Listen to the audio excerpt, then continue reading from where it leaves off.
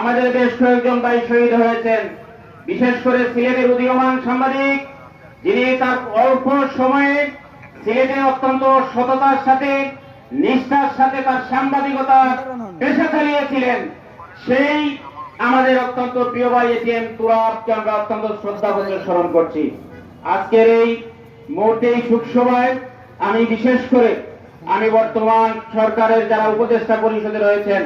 আমি তাদের কাছে বিনয়ের সাথে অনুরোধ করতে চাই, অবিলম্বে এটিএম তুরাব সহ যারা এই বিয়ানীবাজার ময়দানে যারা বিগত সময়ে বিরোধী দলীয় নেতা এবং কর্মীকে যারা জুলুম এবং নির্যাতন করেছিল, জনগণের শত্রুতে এই পুলিশ বাহিনীকে জনগণের বন্ধুকে যারা যারা জনগণের বন্ধু হওয়ার কথা ছিল,